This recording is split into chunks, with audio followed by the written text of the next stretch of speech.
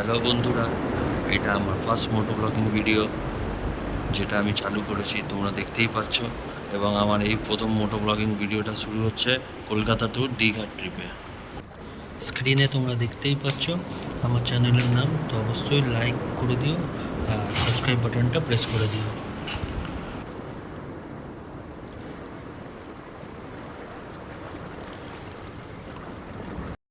এটা আমার বিস্ট, আমার হন্ডা CB350, যেটা আমি নতুন পারচেস করেছি এবং নতুন কেনার সাথেই কিন্তু আমি ওকে নিয়ে প্রথম লং ট্রিপে যাচ্ছি। সেটা হচ্ছে কলকাতা টু দীঘা। তোমরা দেখতেই পাচ্ছ আমি 2 দিনের জন্যে ম্যাক্সিমাম গেছি, যার জন্য একটা ছোটো ব্যাগ নিয়ে নিয়েছি। এবং এটা আমার ওয়াইফ, যে আমার সঙ্গসাথী হয়ে আমার সাথে যাচ্ছে দীঘা ট্রিপে। আর এটা আমি, যে তোমাদেরকে হাই বলে আমার ফার্স্ট মোটো ব্লগিং ভিডিও চালু করলাম। আমরা এখন রেস কোর্স হয়ে যাচ্ছি সেকেন্ড হুগলি ব্রিজের দিকে, তোমরা দেখছো। এবং এই আমি ব্রিজ ধরে সেকেন্ড হুগলি ব্রিজের দিকে প্রস্থান করলাম। এই দেখো আমরা পৌঁছে গেছি সেকেন্ড হুগলি ব্রিজ। এবং তোমরা দেখতেই পাচ্ছ অল্প ভিড় আছে, কিন্তু সেটাকে ঠিক ভিড় বলা যায় না। এবং তোমরা সামনে ওই দেখো দেখতে পাচ্ছ আমরা টোল প্লাজার দিকে এগোচ্ছি, এবং এটা আমাদের ফার্স্ট টোল প্লাজা, যেটা কলকাতার মধ্যেই পড়ে। আচ্ছা, একটা জিনিস বলতে ভুলে গেলাম তোমাদের, সবাই কিন্তু কলকাতা দীঘা ট্রিপে যত রাইডার গেছে সব সাঁতরাগাছি হয়ে কিন্তু গেছে, কিন্তু আজকের আমি তোমাদের কাছে একটা নতুন রুট ধরে চলবো, যেটা আশা করি তোমাদেরও ভালো লাগবে। এবং এটা হয়তো আমার অচেনা একটা রুট বলতে পারো, কারণ আমিও ফার্স্ট টাইমই এই রুটে যাচ্ছি, কারণ এটা আমার ফার্স্ট ট্রিপ। এইখান থেকে আমরা বাঁদিক হয়ে আন্দুল রোডের দিকে, দেখছো তোমরা ওই যে বোর্ডে লেখা আছে আন্দুল রোডের দিকে এগিয়ে যাচ্ছি। এবং আমিও কিন্তু বাইকে ফোনে ম্যাপ লাগিয়ে কিন্তু যাচ্ছি, এবং অ্যাজ পার ম্যাপ আমি যাইনি, বাট আমি এই রুটটা নেওয়ার পর ম্যাপে আমাকে যে রুটটা দেখাচ্ছে আমি ওই রুট ধরেই যাচ্ছি। এবং সোজা দেখতে পাচ্ছ আমরা আন্দুল ব্রিজ হয়ে, মানে আন্দুল রোড হয়ে এগোচ্ছি, এবং বাঁদিকে শালিমার স্টেশন চলে যাচ্ছে।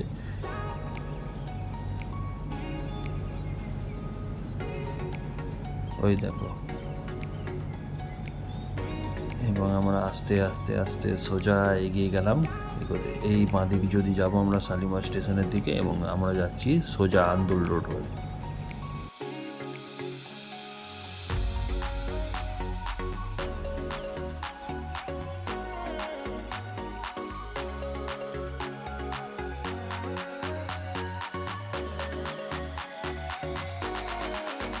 সোজা রাস্তা ধরে কিন্তু চলে যেতে হবে, এখানে কিন্তু কোনো ডান দিক বাঁ দিক রুট দেখাচ্ছে না।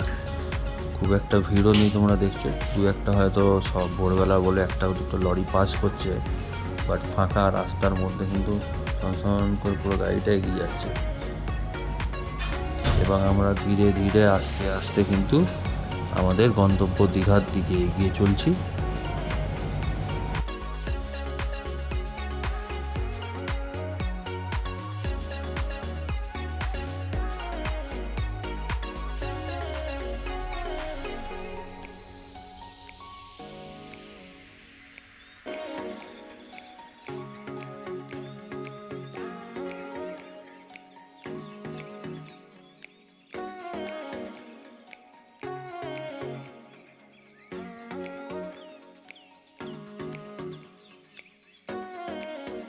আর হ্যাঁ, তোমাদের বলে দিই, যেহেতু এটা আমার ফার্স্ট মোটো ব্লগিং ভিডিও, আমি চেষ্টা করব তোমাদেরকে ভালো একটা রুট দেওয়ার, যাতে তোমরা অপশনাল রুট হিসাবে এটাকে ইউজ করতে পারো, বা কেউ যদি এটা প্রেফার করো তো এতে যেতেই পারো। তোমরা দেখছো সাঁতরাগাছি রুটটার থেকে কিন্তু এটা অনেকটাই ফাঁকা, এবং যেতে খুব ভালোই লাগবে। রুটটা খুব ভালো এবং ঠিক জায়গা আছে। আর এটা আমার যেহেতু ফার্স্ট মোটো ব্লগিং ভিডিও, তো তোমরা অবশ্যই যদি ভিডিওটা ভালো লাগে লাইক এবং সাবস্ক্রাইব করতে ভুলো না কিন্তু। আর আমার ওয়াইফ কিন্তু পিছনে বসে খুব এনজয় করছে এবং যাচ্ছে। এবং তোমরা দেখছো আমরা NH-16 দিকে আস্তে আস্তে এগিয়ে চলেছি এবং বাঁ দিকে এই ডান দিকে তোমরা যে দেখছো ব্রিজটা নিচে নামছে, ওটা কিন্তু NH-16 হাইওয়ের দিকেই উঠছে। আর আমরা কিন্তু সোজা চলে এলাম কতটা ফাঁকা রাস্তা থেকে তোমরা দেখছো, ওই ফাঁকা রাস্তা হয়েই কিন্তু এলাম, কোনো ভিড় ছিল না এই আন্দুল রোডে।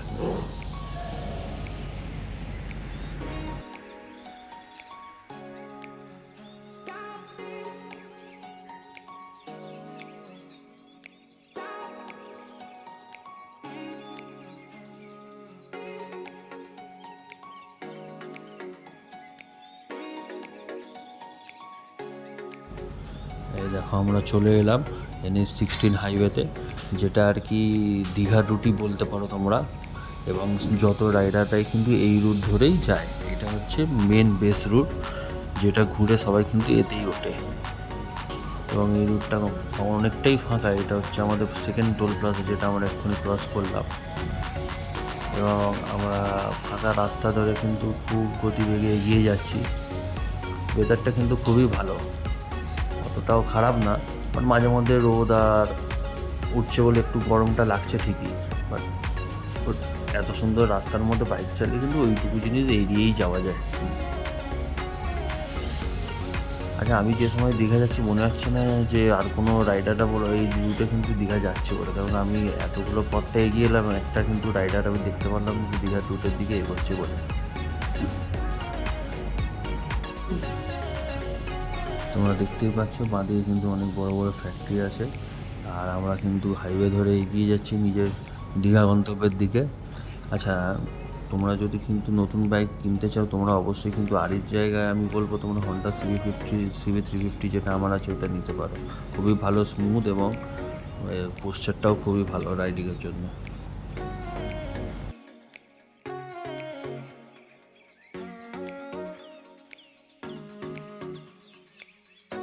এই দেখো আমরা চলে এলাম কিন্তু ফ্লাইওভারের দিকে, এবং তোমরা বাঁ দিকে দেখতেই পাচ্ছ ওইটা কিন্তু ব্রিজ, যেটা দিয়ে কিন্তু দীঘা ট্রেনও যাওয়া আসা করে। আর সব রাইডারকে কিন্তু আমি এখানে দাঁড়াতে দেখেছি, তাই আমিও একবার কিন্তু দাঁড়িয়ে তোমাদেরকে দেখানো কিন্তু প্রেফার করলাম। এবং আমরা বেশিক্ষণ সময় না নিয়ে আমরা কিন্তু কোলাঘাটের দিকে এগিয়ে যাচ্ছি, আর খুব জোর হলে 10 থেকে 15 মিনিটের মধ্যে কিন্তু আমরা কোলাঘাট পৌঁছে যাব। তো তোমরা আমার রাইডটাকে এনজয় করো, এবং অবশ্যই রুটটাকে দেখে রেখো যাতে তোমাদের কিন্তু খুব সুবিধা হয় যেতে।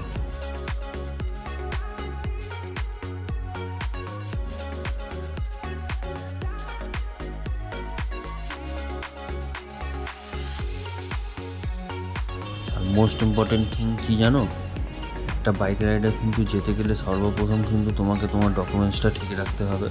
অবশ্যই কিন্তু তোমরা তোমাদের ডকুমেন্টস এবং লাইসেন্স এবং যা পেপারপত্র আছে, পলিউশন আর ইন্স্যুরেন্স, সব কিন্তু অবশ্যই ঠিক রেখো, যাতে রাস্তায় কিন্তু তোমাদের কোনো সমস্যায় না পড়তে পারে। আর হ্যাঁ, হেলমেট কিন্তু মাস্ট। হেলমেটটা কিন্তু তোমার সেফটির জন্যই পরা, আর কিছুই না। এই লং রুটে যে একটা হাইওয়েতে যাচ্ছ, তো অবশ্যই কিন্তু হেলমেট ক্যারি করো, আর হেলমেট ক্যারি না, ওটা কিন্তু মাথায় অবশ্যই পরো। তো তোমরা রাইডটা এনজয় করো, আর ভিডিওটা স্কিপ না করে কিন্তু রুটটাকে কিন্তু ভালোভাবে দেখে নিও। আমি চেষ্টা করবো যাতে তোমাদেরকে ভালোভাবে রুটটা দেখাতে পারি।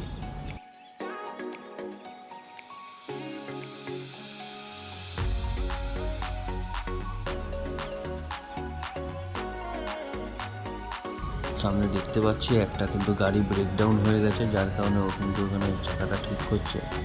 তাই জন্যে তোমাদেরও আমি অবশ্যই এই জিনিসটা বলবো যে তোমরা কিন্তু নিজের গাড়িটাকে ভালোভাবে দেখে, আর হ্যাঁ, রাইড শুরু করার আগে অবশ্যই একদিন আগে কিন্তু পেট্রোল ট্যাঙ্কটা, ফুয়েলটা কিন্তু ফুল দেবে, কারণ কি অনেক সময় কী বলো তো, রাস্তায় পেট্রোল পাম্প কিন্তু খোলা পাওয়া যায় না সকালবেলা। অবশ্যই নিজের একদিন আগে নিজের ট্যাঙ্ক ফুল এবং হাওয়াটাকে, এয়ার প্রেশারটাকে চেক করে দেখো।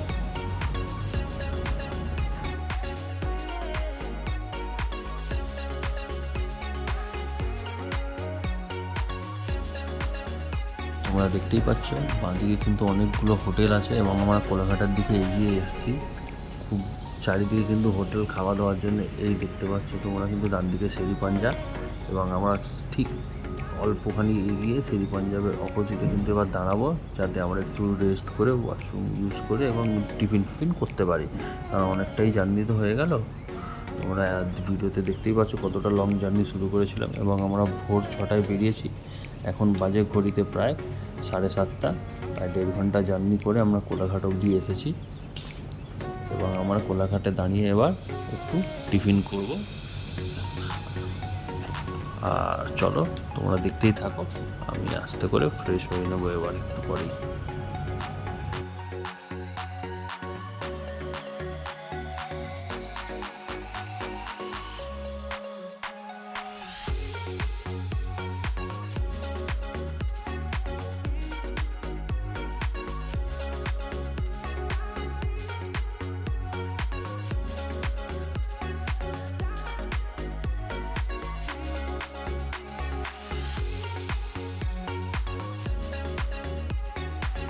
এই হচ্ছে আমার প্রথম হল্ট কোলাঘাটে। এখানে আমি আধা ঘন্টার জন্য রেস্ট করেছি এবং খুব তাড়াতাড়ি আমি আবার বেরিয়ে যাচ্ছি এখান থেকে।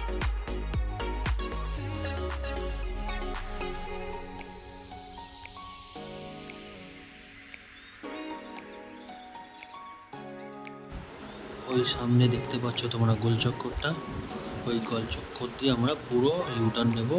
পুরো ইউটার্ন ঠিক না, রাইট টার্নটা নেব। চলো দেখে নাও কীভাবে যাচ্ছি আমি।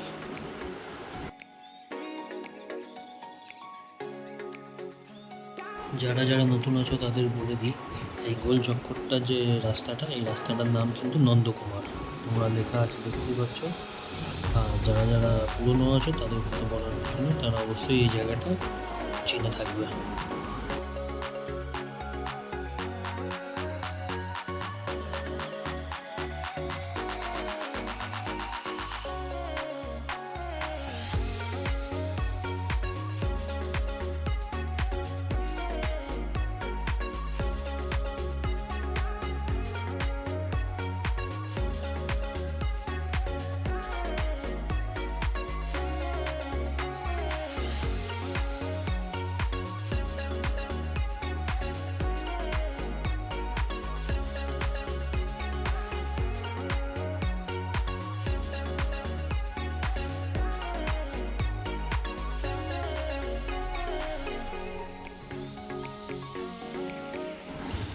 এই গোল চক্কর দিয়ে আস্তে আস্তে এগিয়ে যাবে। কেউ কিন্তু সোজা যেও না, অবশ্যই বাঁ দিকে না গিয়ে ডান দিকের রাস্তাটা নিয়ে সোজা দীঘার রুটের দিকে এগিয়ে পড়ো। যেরকম দেখতে পাচ্ছ আমি যাচ্ছি, ওইভাবেই যেও। ওই সামনে একটা ওভারব্রিজ দেখছো, ওই ওভারব্রিজ দিয়ে সোজা চলে যাবে।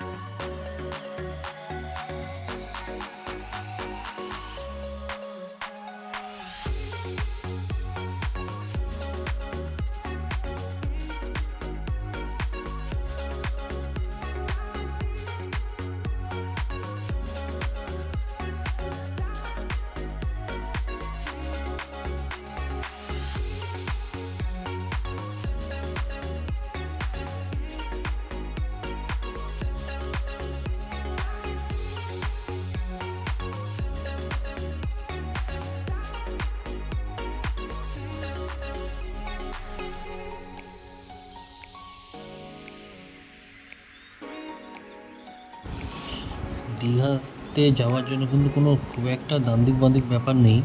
তোমরা কিন্তু বেশিরভাগ রাস্তাটায় কিন্তু সোজা যেতে পারবে। তোমরা দেখেছো আমি কিন্তু বেশি রাইট টার্ন বা লেফট টার্ন কিছু নিইনি। কোলাঘাট থেকেই একটা লেফট টার্ন হয়, সেখান থেকেই সোজা পুরো চলে আসবে নন্দকুমার, যেমন আমি দেখালাম ওই নন্দকুমার দিয়ে রাইট টার্ন, তারপর কিন্তু সোজাই চলে যাবে। কোনো ডান দিক বাঁ দিক কোনো গল্প নেই কিন্তু যাওয়ার।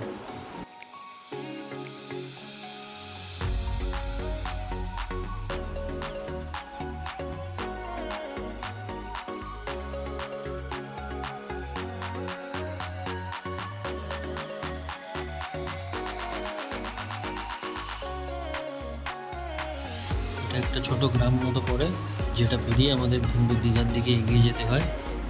এবং রাস্তাটা কতটা ফাঁকা তোমরা দেখতেই পাচ্ছ, অতটা কিন্তু আমি বেশি ভিড় পাইনি। আচ্ছা বলে দিই, ওই যে তার দিকে একটা মন্দির দেখতে পাচ্ছ, ওটা কিন্তু নন্দকুমারের মন্দির। যারা যারা একটু সময় নিয়ে যেতে পারবে তারা কিন্তু অবশ্যই মন্দিরে যেও। আমার কিন্তু হাতে সময় ছিল না বলে ওই মন্দিরে আর যাওয়াটা হলো না। তো তোমরা দেখে নিও তোমাদের টাইম অনুযায়ী মন্দিরে একবার পারলে দর্শন করে নিও, রাইডটাকে এনজয় করো আর দেখতে থাকো।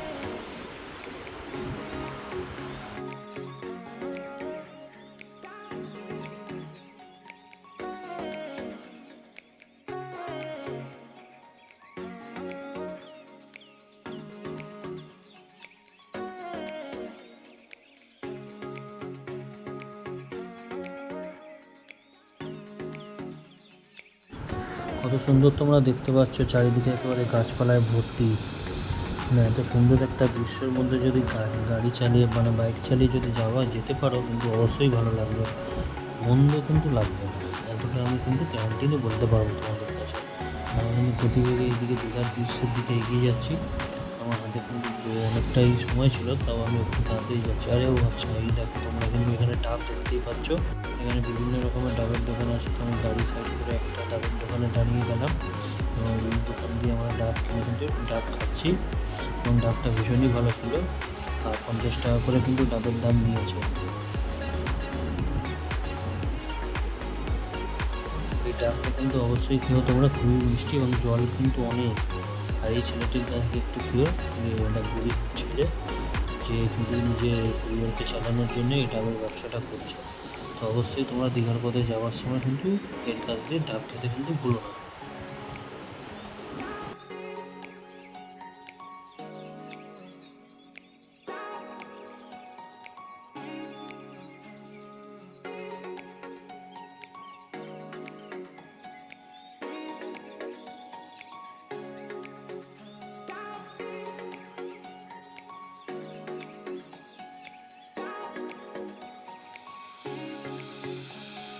আমাদের একটা ডাবে কিন্তু অল্প শ্বাস বেরিয়েছিল, যেটা কেটেও কিন্তু আমাদের দিয়ে দিল।